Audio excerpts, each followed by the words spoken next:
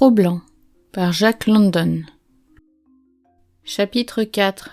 La bataille des crocs. C'était la louve qui la première avait entendu le son des voix humaines et les aboiements haletants des chiens attelés au traîneau. La première, elle avait fui loin de l'homme, recroquevillé dans son cercle de flammes à demi éteinte. Les autres loups ne pouvaient se résigner à renoncer à cette proie réduite à merci, et durant quelques minutes ils demeurèrent encore sur place, écoutant les bruits suspects qui s'approchaient d'eux. Finalement, eux aussi prirent peur et s'élancèrent sur la trace marquée par la louve.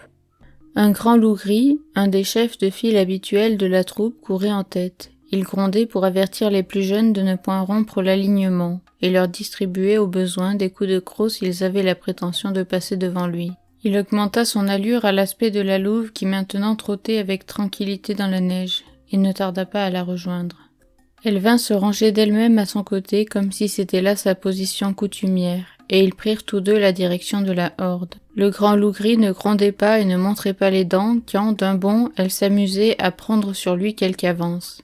Il semblait, au contraire, lui témoigner une vive bienveillance, une bienveillance tellement vive qu'il tendait sans cesse à se rapprocher plus près d'elle. Et c'était elle, alors, qui grondait et montrait ses crocs. Elle allait, à l'occasion, jusqu'à le mordre durement à l'épaule, ce qu'il acceptait sans colère. Il se contentait de faire un saut de côté, et se tenant à l'écart de son irascible compagne, continuait à conduire la troupe d'un air raide et vexé, comme un amoureux est conduit. Ainsi escortée à sa droite, la louve était flanquée à sa gauche d'un vieux loup grisâtre et pelé, tout marqué des stigmates de maintes batailles. Il ne possédait plus qu'un œil, qui était l'œil droit, ce qui expliquait la place qu'il avait choisie par rapport à la louve. Lui aussi mettait une obstination continue à la serrer de près. De son museau balafré, il effleurait sa hanche, son épaule ou son cou. Elle le tenait à distance comme elle le faisait avec son autre galant. Parfois, les deux rivaux la pressaient simultanément en la bousculant avec rudesse, et pour se dégager, elle redoublait à droite et à gauche ses morsures aiguës. Tout en galopant de chaque côté d'elle, les deux loups se menaçaient de leurs dents luisantes. Seule la faim, plus impérieuse que l'amour, les empêchait de se battre. Le vieux loup borgne avait près de lui, du côté opposé à la louve, un jeune loup de 3 ans arrivé au terme de sa croissance et qui pouvait passer pour un des plus vigoureux de la troupe. Les deux bêtes, quand elles étaient lasses, s'appuyaient amicalement l'une sur l'autre de l'épaule ou de la tête. Mais le jeune loup par moments ralentissait sa marche d'un air innocent, se laissait dépasser par son vieux compagnon et sans en être aperçu se glissait entre lui et la louve. La louve, frôlée par ce troisième loup, se mettait à gronder et se retournait. Le vieux loup en faisait autant, et aussi le grand loup gris qui était à sa droite. Devant cette triple rangée de dents redoutables, le jeune loup s'arrêtait brusquement et s'asseyait sur son derrière, droit sur ses pattes de devant, grinçant des crocs lui aussi, en hérissant le poil de son dos. Une confusion générale en résultait parmi les autres loups, ceux qui fermaient la marche pressant ceux du front, qui finalement s'en prenaient au jeune loup et lui administraient les coups de croc à foison. Il supportait ce traitement sans broncher, et, avec la foi sans limite qui est l'apanage de la jeunesse, il répétait de temps à autre sa manœuvre, quoiqu'elle ne lui rapportât rien de bon. Les loups couvrirent dans cette journée un grand nombre de miles sans briser dans ces incidents leur formation serrée. À l'arrière boitaient les plus faibles, les très jeunes comme les très vieux, les plus robustes marchaient en tête. Tous, tant qu'ils étaient, ressemblaient à une armée de squelettes, mais leurs muscles d'acier paraissaient une source inépuisable d'énergie. Mouvements et contractions se succédaient sans répit, sans fin que l'on pût prévoir, et sans effort apparent ni fatigue. La nuit et le jour qui suivirent, ils continuèrent leur course. Ils couraient à travers la vaste solitude de ce monde désert où ils vivaient seuls, cherchant une autre vie à dévorer pour perpétuer la leur. Ils traversèrent des plaines basses et franchirent une douzaine de petites rivières glacées avant de trouver ce qu'ils quêtaient. Ils tombèrent enfin sur des élans. Ce fut un gros mâle qu'ils rencontrèrent d'abord. Voilà, à la bonne heure de la viande et de la vie, que ne défendaient point des feux mystérieux et des flammes volant en l'air. Larges sabots et andouillés palmés, ils connaissaient cela. Jetant au vent toute patience et leur prudence coutumière, ils engagèrent aussitôt le combat. Celui-ci fut bref et féroce. Le grand élan fut assailli de tous les côtés. Vainement, les roulant dans la neige, il assénait aux loups des coups adroits de ses sabots, ou les frappait de ses vastes cornes en s'efforçant de leur fendre le crâne ou de leur ouvrir le ventre. La lutte était pour lui sans issue. Il tomba sur le sol, la louve pendue à sa gorge, et sous une nuée de crocs accrochés partout où son corps pouvait livrer prise. Il fut dévoré vif, tout en combattant, et avant d'avoir achevé sa dernière riposte. Il y eut pour les loups de la nourriture en abondance. L'élan pesait plus de 800 livres, ce qui donnait 20 pleines livres de viande pour chacune des 40 gueules de la troupe. Mais si l'estomac des loups était susceptible de jeûnes prodigieux, non moins prodigieuse était sa faculté d'absorption. Quelques os éparpillés furent en peu de temps tout ce qui restait du splendide animal qui avait fait face si vaillamment à la horde de ses ennemis. Le repos vint ensuite, et le sommeil, puis les jeunes mâles commencèrent à se quereller entre eux. La famine était terminée. Les loups étaient arrivés à la terre promise. Ils continuèrent pendant quelques jours encore à chasser de compagnie la petite bande d'élans qu'ils avaient dépistée. Mais ils y mettaient maintenant quelques précautions, s'attaquant de préférence aux femelles, plus lourdes dans leurs mouvements, ou aux jeunes mâles. Finalement, la troupe des loups se partagea en 2 parties, qui s'éloignèrent chacune dans des directions différentes. La louve, le grand loup gris, le loup borgne et le jeune loup de 3 ans conduisirent une des 2 troupes dans la direction de l'est, vers le fleuve Mackenzie et la région des lacs. La petite cohorte s'éclaircissait chaque jour. Les loups partaient 2 par 2, mâles et femelles ensemble. Parfois, un mâle sans femelle avec qui cheminer était chassé à coups de dents par les autres mâles. Il ne resta plus au bout du compte que la louve et son trio d'amoureux. Tous 3 portaient les marques sanglantes de ces morsures et elles demeuraient toujours inexorables à chacun d'eux. Mais il continuait à ne pas se défendre contre ces crocs.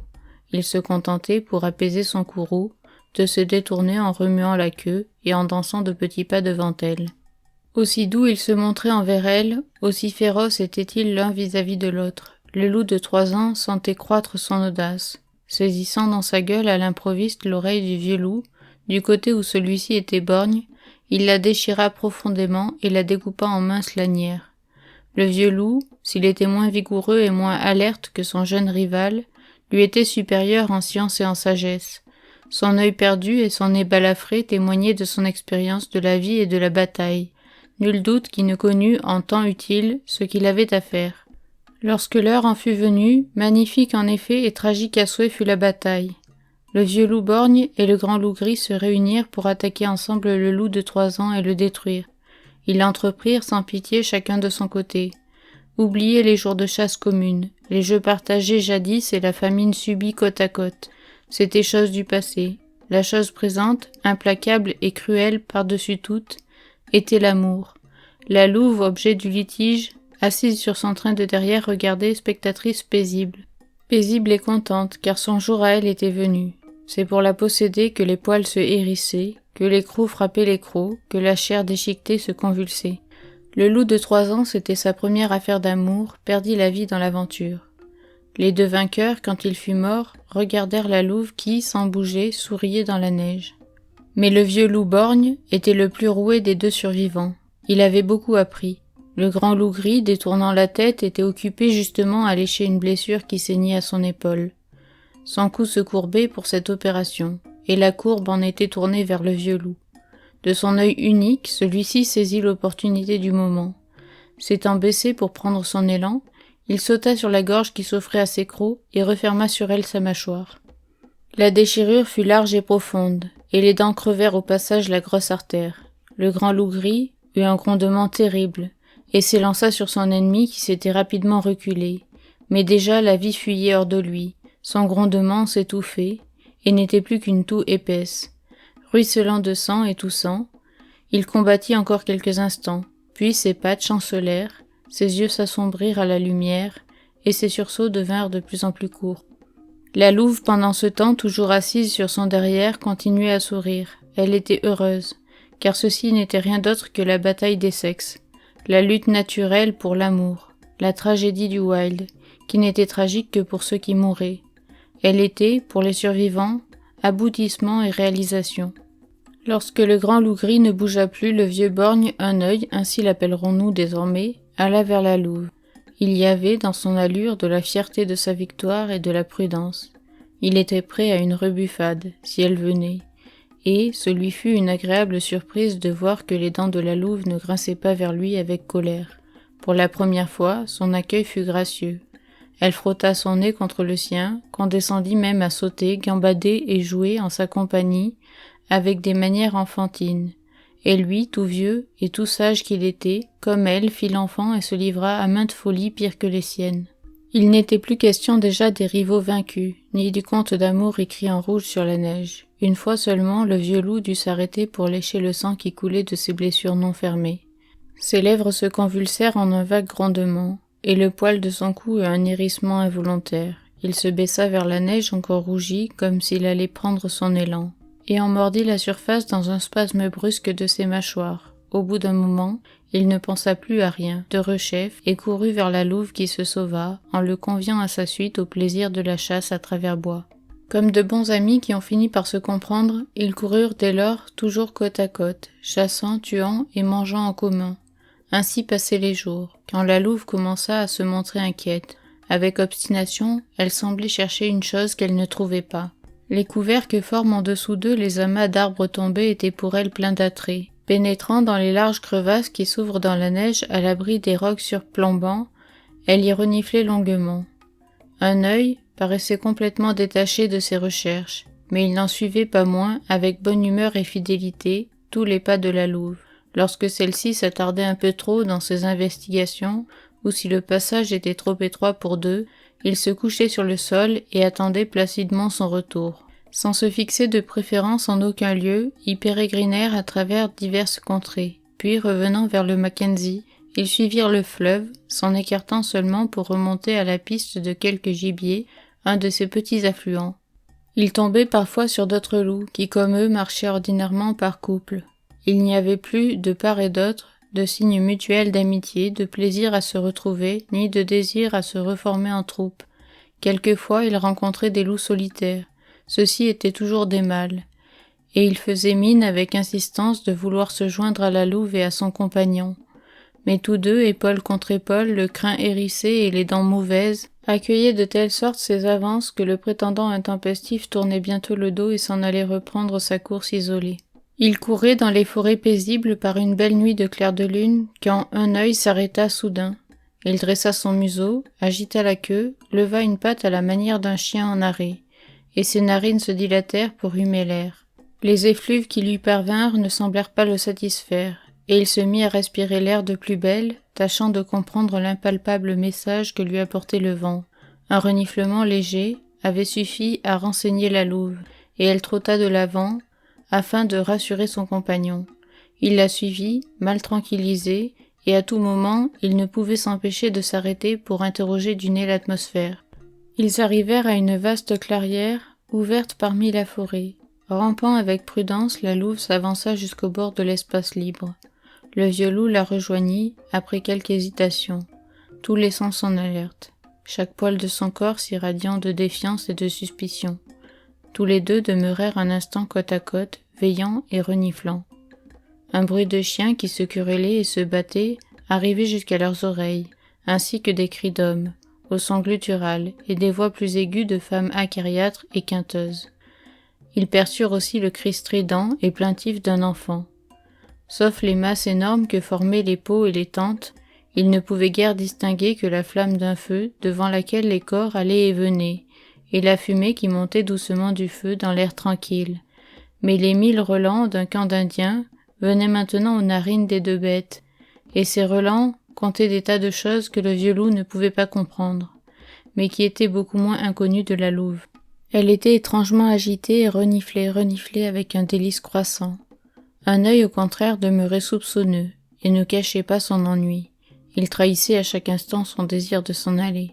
Alors la louve se tournait vers lui touchait le nez avec son nez pour le rassurer, puis elle regardait à nouveau vers le camp.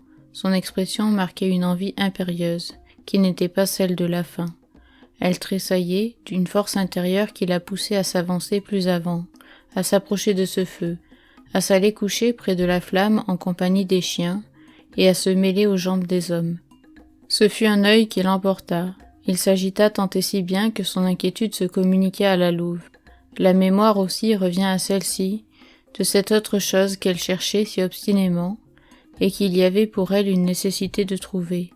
Elle fit volte-face et trotta en arrière dans la forêt, au grand soulagement du vieux loup qui la précédait et qui ne fut rassuré qu'une fois le camp perdu de vue. Comme ils glissaient côte à côte et sans bruit, ainsi que des ombres au clair de lune, ils rencontrèrent un sentier. Leurs deux nez s'abaissèrent car des traces de pas y étaient marquées dans la neige. Les traces étaient fraîches. Suivi de la louve, un œil courut en avant avec toutes les précautions nécessaires.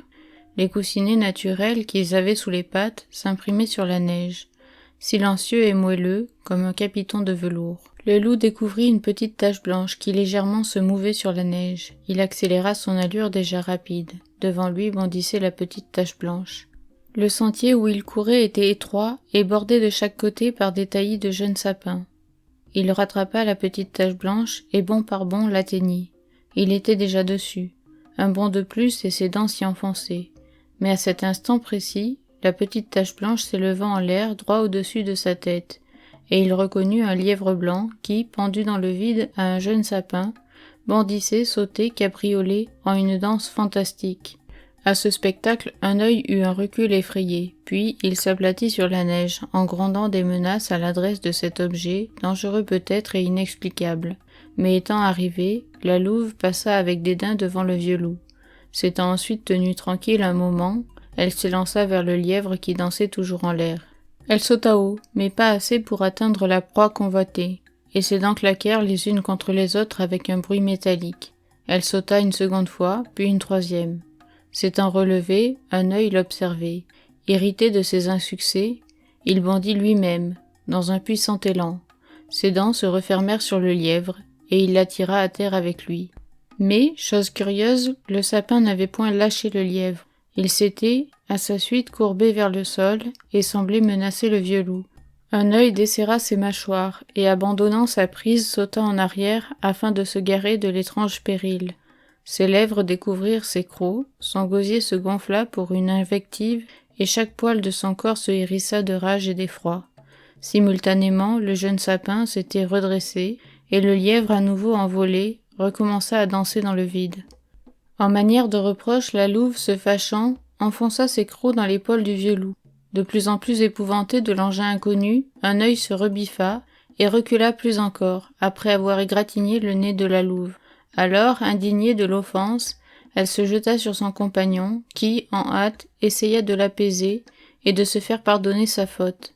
Elle ne voulut rien entendre et continua vertement à le corriger, jusqu'à ce que, renonçant à l'attendrir, il détourna la tête et, en signe de soumission, offrit de lui-même son épaule à ses morsures.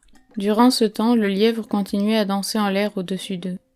La louve s'assit dans la neige et le vieux loup, qui maintenant avait encore plus peur de sa compagne que du sapin mystérieux, se remit à sauter vers le lièvre. L'ayant ressaisi dans sa gueule, il vit l'arbre se courber comme précédemment vers la terre, mais en dépit de son effroi, il tint bon et ses dents ne lâchèrent point le lièvre. Le sapin ne lui fit aucun mal. Il voyait seulement, lorsqu'il remuait, l'arbre remuer aussi et osciller sur sa tête.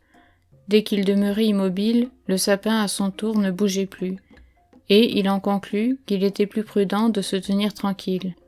Le sang chaud du lièvre, cependant, lui coulait dans la gueule, et il le trouvait savoureux.